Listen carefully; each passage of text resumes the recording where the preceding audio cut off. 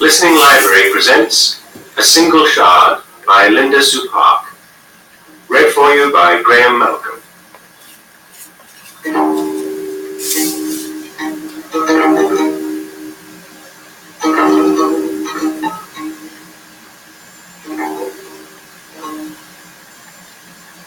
A small village on the west coast of Korea, mid to late 12th century. Chapter 1.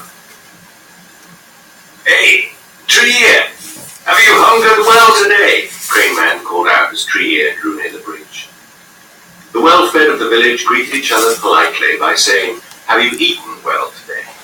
Tree Ear and his friend turned the greeting inside out for their own little joke. Tree Ear squeezed the bulging pouch that he wore at his waist. He had meant to hold back the good news, but the excitement spilled out of him. "Crane Man, a good thing that you greeted me so just now. For later today, we will have to use the proper words." He held the bag high. Tree Ear was delighted when Crane Man's eyes widened in surprise. He knew that Crane Man would guess at once. Only one thing could give a bag that kind of smooth fullness.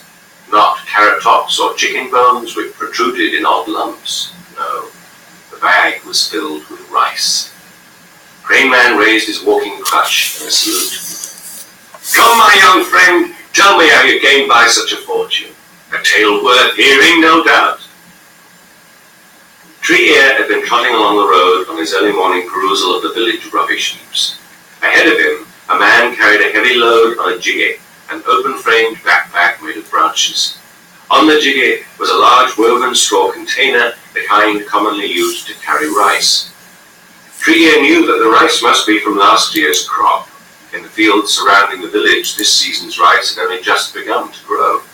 It would be many months before the rice was harvested and the poor allowed to glean the fallen grain from the bare fields. Only then would they taste the pure flavor of rice and feel its solid goodness in their bellies. Just looking at the straw box made water rush into Tree Ear's mouth. The man had paused in the road and hoisted the wooden jiggy higher on his back, shifting the cumbersome weight. As Tree Ear stared, rice began to trickle out of a hole in the straw box. The trickle thickened and became a stream. Oblivious, the man continued on his way. For a few short moments, Tree Ear's thoughts wrestled with one another. Tell him, quickly, before he loses too much rice. No, don't say anything. You will be able to pick up the fallen rice after he rounds the bend. Tree Ear made his decision.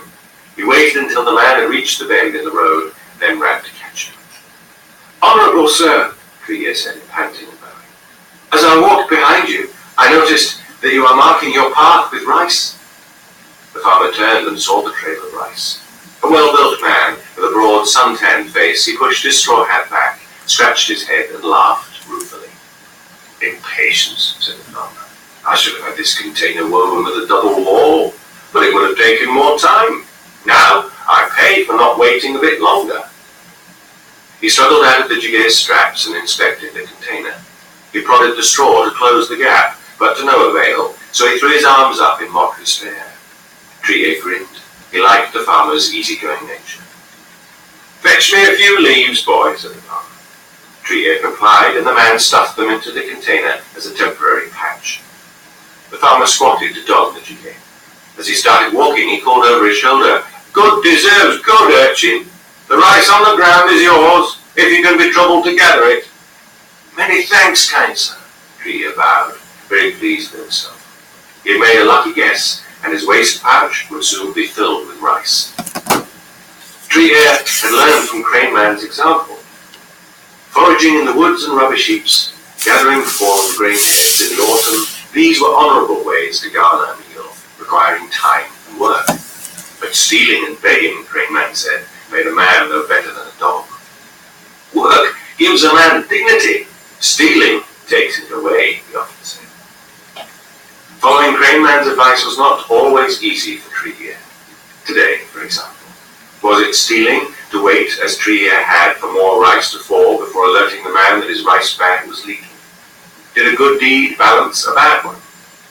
Tree Ear often pondered these kinds of questions, alone or in discussion with Crane Man. Such questions serve in two ways, Crane Man explained. They keep a man's mind sharp and his thoughts off his empty stomach. Now, as always, he seemed to know Tree Ear's thoughts without hearing them spoken. "Tell me about this farmer," he said. "What kind of man was he?" Tree Ear considered the question for several moments, stirring his memory. At last he answered, "One who lacks patience. He said it himself. He had not wanted to wait for a sturdier container to be built, and he could not be bothered to pick up the fallen rice." Tree Ear paused. "But he laughed easily, even at himself. If he were here now, and heard you tell of waiting a little longer before speaking, what do you think he would say or do?" "He would laugh," Tree Ear said, surprising himself with the speed of his response. Then, more slowly, "I think he would not have minded." Crane Man nodded, satisfied. And Tree Ear thought of something his friend often said. "Scholars read the great words of the world, but you and I must learn to read the world itself." Tree Ear was so called after the mushroom that grew in wrinkled half circles on dead or fallen tree trunks, emerging from the rotten wood without benefit of parent seed. A good name for an orphan, Crane Man said. If ever Tree Ear had had another name, he no longer remembered it, nor the family that might have named him so. Tree Ear shared the space under the bridge with Crane Man, or rather Crane Man shared it with him. After all, Crane Man had been there first, and would not be leaving any time soon. The shriveled and twisted calf and foot he had been born with made sure of that. Tree Ear knew the story of his friend's name. "When they saw my leg at birth, it was thought I would not survive," Crane Man had said. "Then, as I went through life on one leg, it was said that I was like a crane. But besides standing on one leg, cranes are also a symbol of long life." True enough, Crane Man knew. He had outlived all his family, and unable to work, had been forced to sell his possessions one by one, including, at last, the roof over his head. Thus it was that he had come to live under the bridge. Once, a year or so earlier, Tree Ear had asked him how long he had lived there. Crane Man shook his head. He no longer remembered. But then he brightened and hobbled over to one side of the bridge, beckoning Tree Ear to join him. "I do not remember how long I have been here," he said, "but I know how long you have." And he pointed upward to the underside of the bridge. "I wonder that I have not shown you this before." On one of the slats was a series of deep scratches as if made with a pointed stone. Tree Ear examined them, then shook his head at Crane Man. "So, one mark for each spring since you came here," Crane Man explained. "I kept count of your years, for I thought the time would come when you would like to know how old you are." Tree Ear looked again, this time with keen interest. There was a mark for each finger of both hands, 10 marks in all.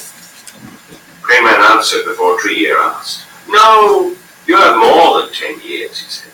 When you first came and I began making those marks, you were in perhaps your second year, already on 2 legs and able to talk." Tree Ear nodded. He knew the rest of the story already. Crane Man had learned but little from the man who had brought Tree Ear to the bridge. The man had been paid by a kindly monk in the city of Songdo to bring Tree Ear to the little seaside village of Jopo. Tree Ear's parents had died of fever, and the monk knew of an uncle in Jopo. When the travelers arrived, the man discovered that the uncle no longer lived there, the house having been abandoned long before. He took Tree Ear to the temple on the mountainside, but the monks had been unable to take the boy in because fever raged there as well. The villagers told the man to take the child to the bridge, where Crane Man would care for him until the temple was free of sickness. "And," Crane Man always said, "when a monk came to fetch you a few months later, you would not leave. You clung to my good leg like a monkey to a tree, not crying, but not letting go either. The monk went away. You stayed." When Tree Ear was younger, he had asked for the story often, as if hearing it over and over again might reveal something more, what his father's trade had been, what his mother had looked like, where his uncle had gone. But there was never anything more. It no longer mattered. If there was more to having a home than Crane Man and the bridge, Tree Ear had neither knowledge nor need of it.